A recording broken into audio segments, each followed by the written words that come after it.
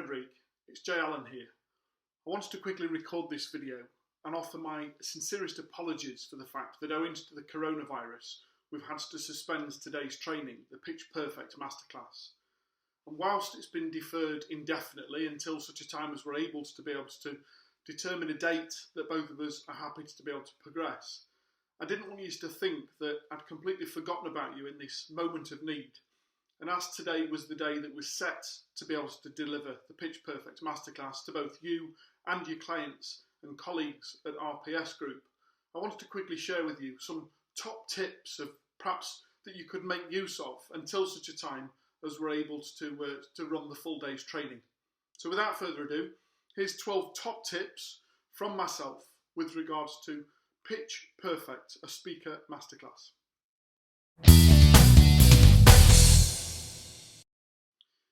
Tip 1 is start with the end in mind.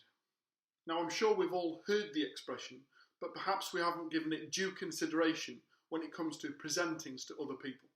However, I can't tell you as to how important it is, beyond any other of these tips, to be able to start once you've already determined what you want the end to be and work backwards. What I mean by this is we need to be able to speak with an intent to be able to move people towards an action.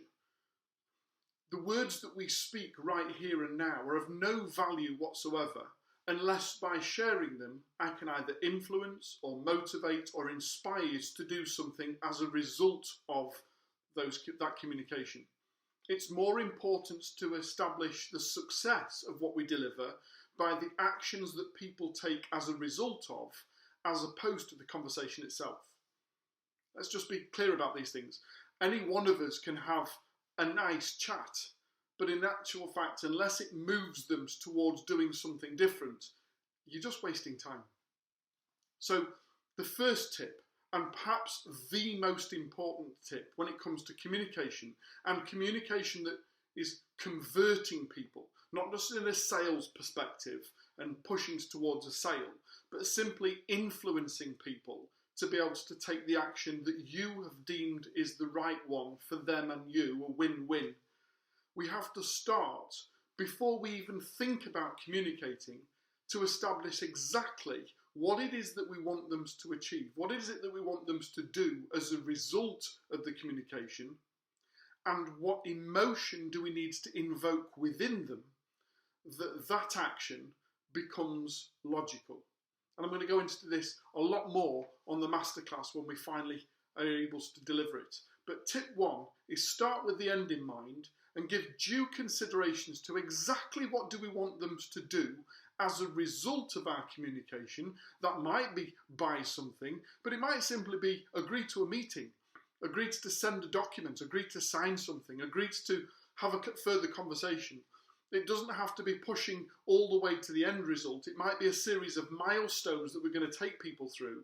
But before you even think about what you're going to say and who you're going to say it to, establish as to what you want them to do as a result of the communication, and then we can establish, so what do I need to say in order to invoke the right emotion that the action that I want them to take becomes logical.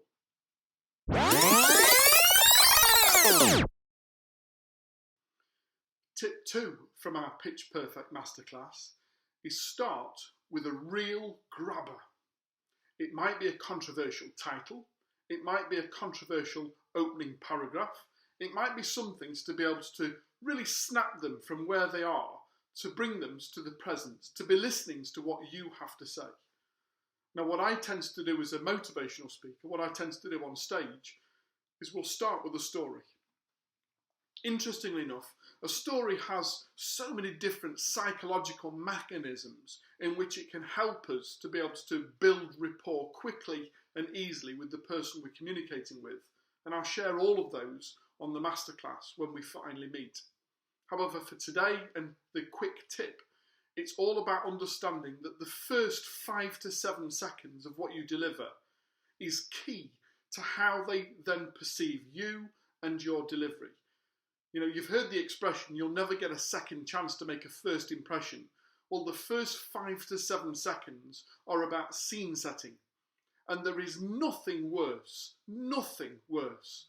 than when someone first approaches you, perhaps to deliver a presentation either on webinar or Zoom, or in person, or on a telephone to a conference call, and they start by saying, I'm going to start by telling you a story.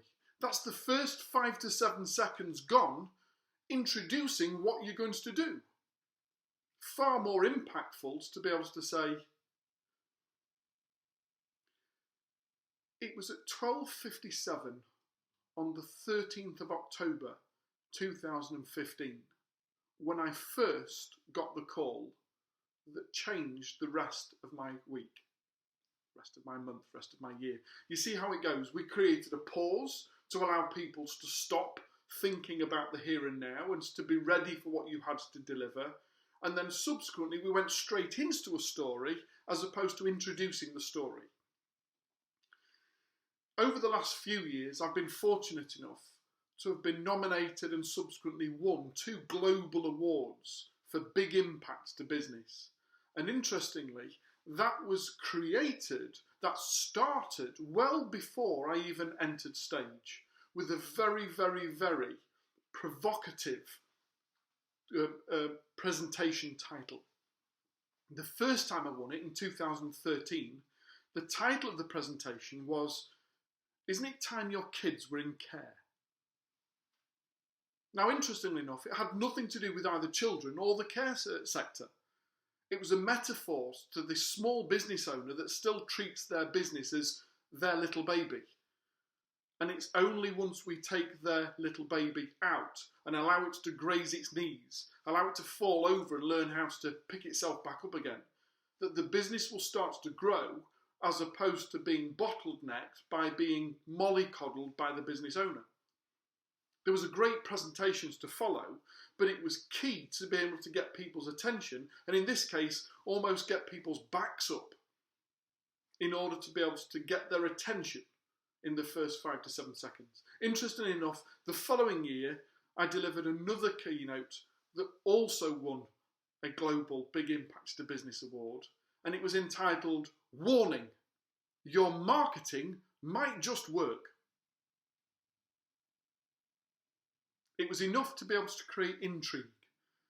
So tip 2 is all about being able to have a strong grabber in the first 5 to 7 seconds that snaps people out of wherever they are before you start presenting and bring them directly to you and your presentation. It's key that they listen to every word. We have to be able to build rapport very, very quickly.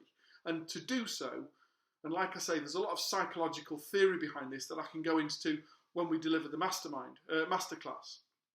It's all about helping people to go back into that subconscious story learning mode, as opposed to the what's he got to teach me. Tip 2, start with a grabber.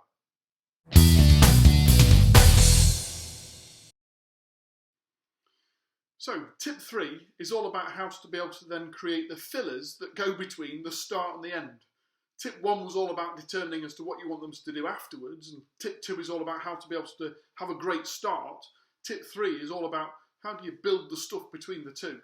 And for that, we need to spend just a little bit of time understanding emotion and emotional intelligence. You see, I mentioned in tip 1 that I want them to have I want you to have such a clear call to action, and that they are so emotivated in order to be able to see it as a logical next step.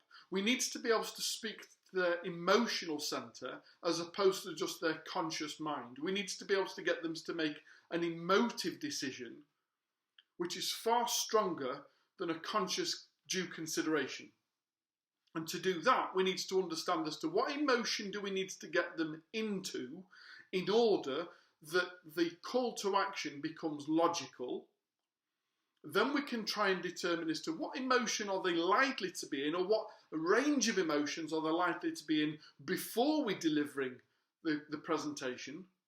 And therefore we can now create a map. What emotions are they before the presentation, and what emotions do I need to get them to by the end of the presentation, and therefore what emotions do I need to take them through to get them to a point where they're in the right emotive state, that when I deliver the call to action, it becomes the most logical things to do. And the best way to do that is to continue with stories, but to understand the power of 3. We have to be able to build our story in 3 different sections. And for this, I would suggest simply go out and have a really good 3-course meal, perhaps once the lockdown's over, or to recall or recite the last time you went out for a really good 3-course meal. The starter is never intended to fill you up so you can't enjoy the main course. The starter is an aperitif. It's there to be able to wet the whistles, to be able to dampen the appetite a little, in order to be able to get the salivation in the mouth ready in anticipation of the main course. Now, the main course is all about the main course.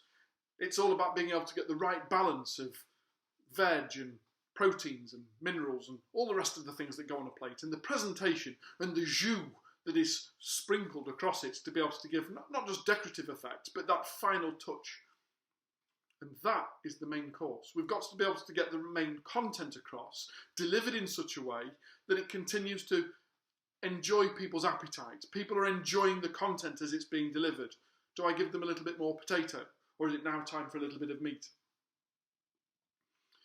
But we can't give them so much that they're not ready, that they're over full and they don't want to order sweet. You see, sweet is the sweetener. Sweet is the one that leaves us with a nice taste in our mouth after the meal is over, that we remember it well enough that we want to come back and experience it again and again and again. So we have to be able to put them in the right state in order to receive the sweet in such a manner that our call to action becomes logical, that when we're invited to book again a table in 3 or 4 weeks' time, that you're ready to be able to get out your checkbook and place a deposit. So it's all about being able to understand that the content that we deliver needs to be delivered in such a way that every time that we finish, until we've fully finished, there is sufficient interest and intrigue that people want to be able to continue to learn more. Tip 3, deliver in 3.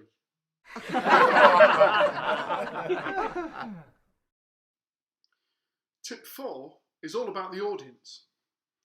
You see, with respect, it's never about you. And there are a number of speakers out there that have got such an ego, it's difficult to get in the same room. And interestingly enough, as a speaker, you have to put yourself last. It's never about you. It's rarely about your content.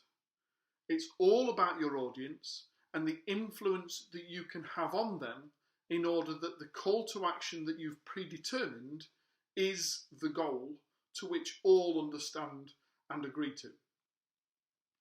Therefore, there's a wonderful exercise that we'll do when we meet with the Masterclass for Pitch Perfect, and it's called the Audience Speaker Content Dichotomy, where we look at your content, we look at the audience that you're delivering it to, we look at you, and we create some collaborations to be able to understand why is this audience going to listen to this content delivered by you, and we quantify as to why that is. Interestingly enough, there's also an exercise that we'll do with a metronome. I'm not quite sure that the last time you used one of those, perhaps a long time ago at school.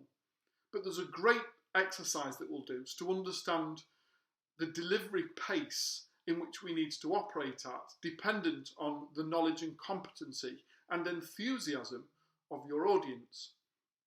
You see, whilst I'm delivering here at about 132 to 136 words per minute, that's because I'm trying to deliver content of interest and of value to someone who's got a particular interest in value in receiving this, but perhaps hasn't got quite the same level of knowledge and competency in this subject as me as the deliverer. Let's assume now that I'm going to deliver this, but rather than to yourself, who hasn't been on this course before, maybe I'm going to deliver this to 4 other members of my staff who are also trainers in Train the Trainer and Speaker Masterclass. Maybe I'm going to give them a masterclass from the person that originated the content. They've already know the content, and I'm now going to try and embellish this somewhat in order to be able to ensure that they're on board. And what you'll notice over the last 2 or 3 minutes or so is the pace in which I've started to deliver the words, the enthusiasm, perhaps a little bit more about the volume and the tone that I'm using, is significantly more variable than it was when I was delivering it intentionally to you. And that's because if people are at the same level of competency as that of the speaker, perhaps you're delivering internally, maybe it's to a team meeting or a scrum meeting where you're simply delivering content to be able to make sure people are aware of it, we can increase the speed in which we deliver to about 146, 152 beats per minute or words per minute in order to be able to maintain people's interest and they don't fall bored. Interestingly enough, we can think at about 212 to 216 words a minute, and we can vocalise, some of the rappers out there can vocalise quite clearly at about 180, 180, 188, 192 words per minute. But it becomes very difficult for people to be able to understand and comprehend those words when delivered in such a fast format.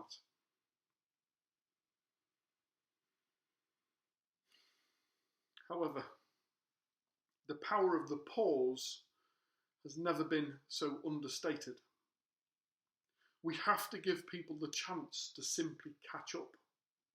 And therefore, when they mentioned that silence is golden, they really did mean it.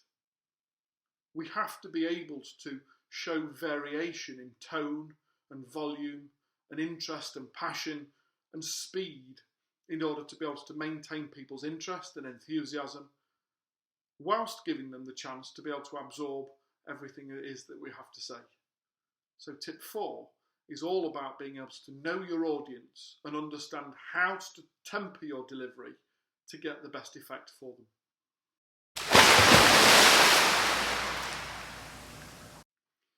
Tip 5 is all about rehearsal. There's a lovely expression, isn't there? Prior preparation prevents a poor performance. And it's never been truer when delivering to many people. There's never enough time to be able to make sure that you've prepared everything, the perceived and the almost inconceivable, to give consideration with regards to what if, in order that you can maintain control when you step onto stage and start speaking. What if somebody heckles me? What do I do? What if somebody's mobile phone goes off and they choose to answer it in the auditorium? What if the fire alarm goes off? What if somebody suddenly takes ill and needs emergency care? We have to give due consideration to all of the other things that might happen in order to know how best to respond, as opposed to doing it on the hoof. However, there is nothing worse than an over-polished presentation which loses the emotional connection. Remember, we're trying to build up the emotional bank balance of the person listening to this content. And we can't do that if it's so polished and presented that you might as well be recorded it and sent it to them just like everybody else. If it's a one-size-fits-nobody as opposed to the bespoke content that people are expecting from you. It's interesting, many people will use the expression people by people. And it really does infuriate me because ironically, they're only quoting half the quote, and of the quote, they're quoting the poorer half. The full quote says, people buy passion from passionate people. And it's the passion that people buy. It's the emotional connection between deliverer and receiver that will have far more impact than a polished presentation and a slick slideshow. So practice, yes, but almost practice with imperfection. Almost practice being human as opposed to being a robot. Interestingly enough, one of the best pieces of advice I ever received from my speaker mentor when I first joined as a professional speaker back in 2010, 2011, over the Christmas period, was rehearse, rehearse, rehearse. Spend at least 10 or 15 minutes for every minute that you're going to deliver on stage. Practice it. Practice it backwards, know it inside out.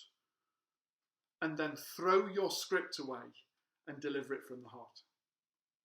So tip 5 is all about rehearse, but understand, don't rehearse to the extent that it's so polished that you lose your personality. Because people don't buy people. Passionate people buy passion from people.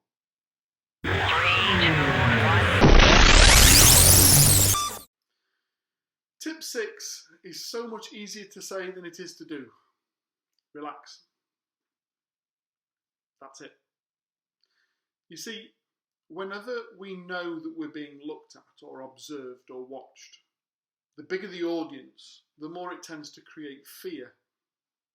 And regardless of how well presented or polished we are in our prior preparation, it can lead us to try and race through all of our content. We can get so excited by what it is that we're delivering that we can run away with ourselves. Remember the tempo and the metronome that I spoke about earlier? It's important to be able to understand and learn the power of a pause. The power of just a simple breath. To give people the chance to be able to absorb and consider exactly what it is that you've just had to say. Too many people are so quick to formulate the answer to what's being said whilst it's still being said, as opposed to remaining absolutely present and listening to the words being spoken. And then formulating a response. So relax.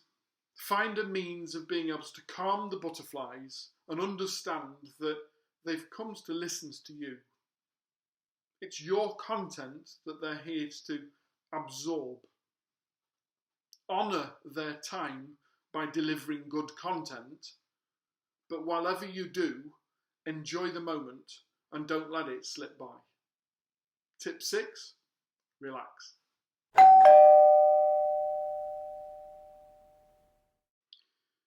Tip 7, very quickly and succinctly follows from tip 6 and the relax. And it's all about visualization of success. You see, part of the practice is being able to understand exactly what we said in tip 1. What do you want people to do as a result of the communication that you're sharing with them? And therefore, this tip is all about being able to visualize that as you step out onto stage or as you begin your presentation, and to understand that everything that you are delivering, both in the content and the volume, both in the mannerisms to which you conduct yourself, your tone, your body language, your movements, the pauses between sentences, all of these should be geared towards that end result that you've already predetermined. So visualizing success and what do you want people to do as a result of your communication can help you massively being able to determine as to what is it that I need to do in order to facilitate that as an outcome. If you're very vague about what you want them to do as a result, don't be surprised if people do a whole multitude of things, perhaps none of which were the things that you were anticipating. However, if you're very clear about what you want people to do as a result of this, if you're very clear and specific about exactly the steps that you want people to be able to take, then ironically it becomes so much easier for them to know as to what you want them to do and to make that choice. So this tip is all about visualizing success and understanding that all of your actions, the words that we speak, the manner in which we deliver them, should all be geared towards that as an outcome. We're sorry, the number you have dialed is not in service at this time. This tip is all about equipment, technology. Interestingly enough, the amateur speaker will happily stand, not so happily stand, behind a lectern and reel through slide after slide after slide, full of content, full of words, perhaps that they will read to the audience. And there's nothing more unstimulating. You could have simply sent me the slide deck and said, phone me if you've got any questions. You see, the problem is that on a Mac, it's not called PowerPoint, it's called Keynote. And automatically, it's presuming that it is the keynote. And it's not. You are. It's your content that they've come to listen to. The technology that we use, the slides that we use, the pictures are all props to support you as a speaker.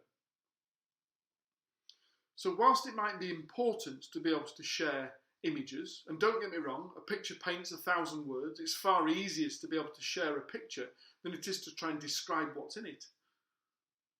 But it's a prop, and it should be used as such. It's far too easy for people to rely on technology, and that becomes the presenter, and you're simply a narrator. But people don't make decisions from narrators or storytellers. They want to watch the happy ever after. We have to understand that technology is our friend until it takes over. And so many people rely so heavily on it that they've failed to acknowledge that it is just a prop, and that the words that we speak, the emotion that we invoke within the person or persons to which we're communicating with, is key to being able to get them to do what we require, or for us to influence them in order to be able to make the right decisions for them and for us. Like I say, a win-win. And that comes down to the spoken word, the emotion, the emotive bank balance that we're relying on. And that doesn't come from a slide presentation or a video or a photograph. It comes from you. So this tip is all about understanding technology. And don't get me wrong, we should all embrace technology. There's a great opportunity here for us to be able to allow it to enhance what we have already. But don't allow it to steal the show. It's there as your friend. Treat it as such, but don't give it all the limelight. They're here to listen to you.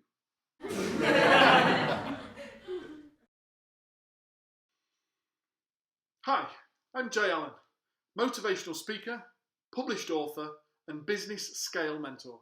How are you today? Hi, I'm Jay Allen, motivational speaker, published author, and business scale mentor. How are you? See the difference? Interestingly enough, when I started doing my podcast last year, I very quickly realised you can hear a smile. We have to deliver an emotion if we expect people to pick up on it, resonate with it, and start to replicate it. The mirroring effect that we learn in NLP is so crucial here, not only on the words that we speak, but the body language in which we use.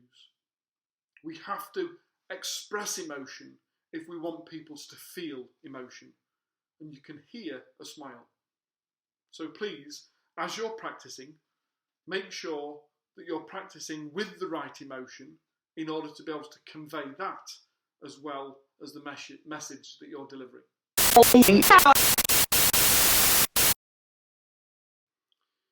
Tip 10 is all about understanding style. And I'm not talking about the threads that you wear. I'm talking about it's your space. So make use of it the way that you feel most comfortable. And for this, I'd like to very briefly share with you a story. I'd only been speaking professionally for about 9 months, and I've been booked to be able to deliver a 3-hour workshop at County Durham University, or the University of Durham, to what I thought was going to be about 20 or 30 members of staff.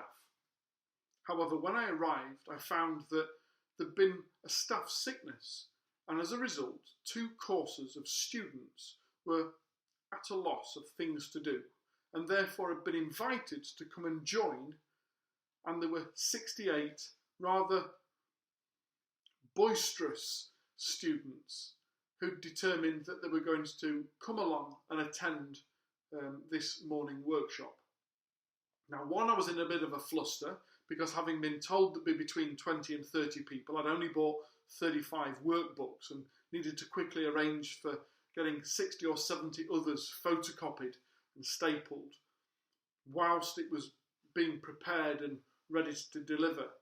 And the auditorium was very quickly set up that it was almost staged. I'd anticipated with 20 or 30 people that I'd put them into perhaps in the round and work with them from the floor space. And yet the room had now moved and we were in this small theatre with a raked seating and a pedestal that had been put in the front centre of stage with 2 microphones pointing to where the lecture was going to be delivered. And that's not my style of delivery. I like to roll my sleeves up and get in with it and do things with people. I like it to be completely interactive, and it became very difficult to be able to see how best to do that when all the eyes were centred on the central lectern. People sat at the back with mobile phones and the likes. And I quickly asked whether I would be allowed to wear a headset mic as opposed to the lectern. Oh yes, we've got one of those somewhere. Most of the lecturers don't enjoy doing that. Is that what you want to do? I said, well, either a headset mic or a lapel mic, but I'd prefer to move around. Oh, right. And sure enough, the dug went out. We had to find some batteries for it and stick it all together. And I said, listen, what I'd like you to do is I'd like you to simply introduce me to stage when you're ready to continue and wait and allow me to do my thing. Just go with it. Okay. So sure enough, all of these people came in. Pamphlets and leaflets were being handed around with my workbook. Ladies and gentlemen, we're very fortunate enough today to have a guest lecturer that's come from York at the time to deliver a 3-hour workshop on communication and how to communicate better. Please welcome Jay Allen.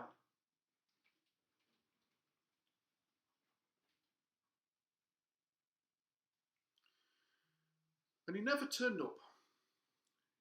He never showed up at the lectern.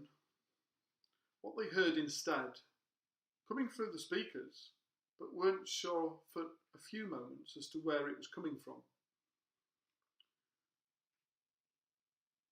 On the first attempt at stepping up onto stage, I was so frightened. I was so hardly surprised if my legs were going to give way. The butterflies in my stomach were so severe that I could hardly stand up straight. And yet I knew that with an audience waiting for a speaker, and the speaker who had been booked to deliver injured in a car accident en route, that me as the interim, me as the fall guy, was to step up and make an appearance on his behalf. Now, interestingly enough, I'd chosen to sit on row J in seat 14 amongst the students without them anyone ever being the wiser that it was me that was the speaker. And it wasn't until I first delivered the first few lines that they suddenly realised that I created my in the round simply by sitting amongst them. If you're going to deliver and it's you they've come to listen to, it's important for you to be able to determine as to how you want your room and your environment. It's important for you to be relaxed, comfortable, knowledgeable of exactly what's available and what's around, what interactions or interruptions that you might be have to consider or give considerations to, and for you to create an environment where you feel comfortable in order for you to deliver your content. So become familiar with technology, become familiar with the environment, turn up early, make sure you've got a glass of water, clear your throat. It's about being able to understand that you are going to control your environment. And if you want to deliver from a flip chart, if you want to draw things on the board as we go along and make it really real and bespoke as opposed to a polished presentation, then simply ask for a flip chart or a whiteboard. but don't do what's expected. Do what you feel most comfortable with in order for the true you to come out, because it's that will have the biggest influence and that will create the biggest emotional impact when you provide or deliver your call to action. Tip 10, make it yours.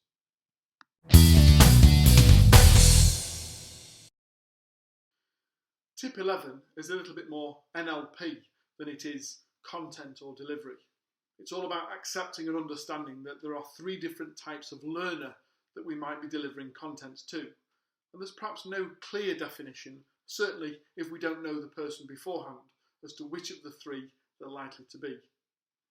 Now, first of all, there's a group of people that prefer to learn through visual learning. These are the people that enjoy video. These are the people that enjoy watching YouTube videos or webinars. Therefore, even if you are delivering in person, if you're standing behind a lectern and very stationary, they tend to get distracted by other things. Visual learners like movement. They like to see movement, and therefore body language becomes very important when we're able to utilise things around us to help people to stay considered with regards to us and our content. And when we run the masterclass, I'll show you as to how we use timeline to be able to build a past and future in order that this becomes the now. However, there are also auditory learners, people that prefer to listen, people that listen to podcasts, people that listen to DVDs, radios, DAB radio and the likes. People that would happily wander and look around, but are still paying exceptional interest in your content, but in actual fact might be doodling on a pad, intently listening and using something of a physical distraction nature to simply remain involved.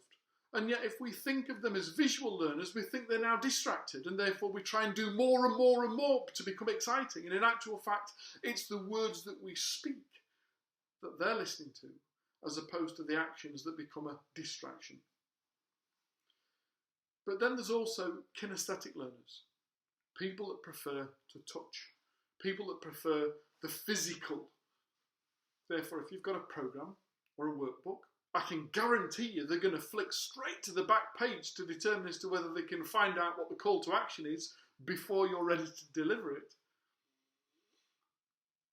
But these are the people that you want to put your hand up if you just show a sign if you acknowledge what I'm saying.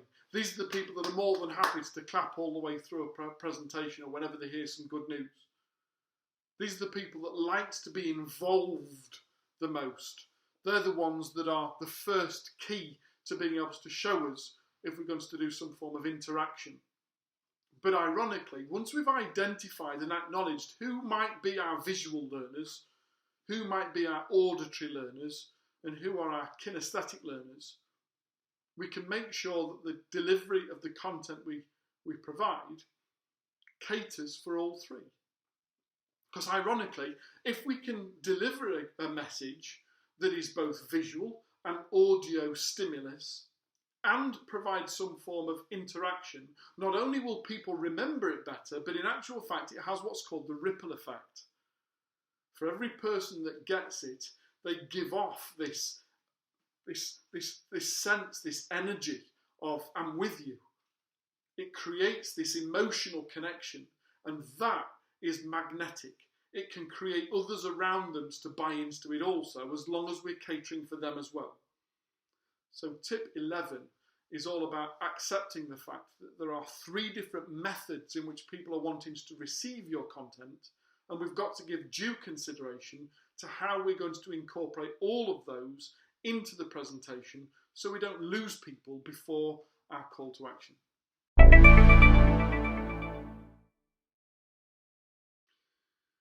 And tip 12, I'm bound to say this, I'm sure that you'll accept it, but get experience, get training, get help.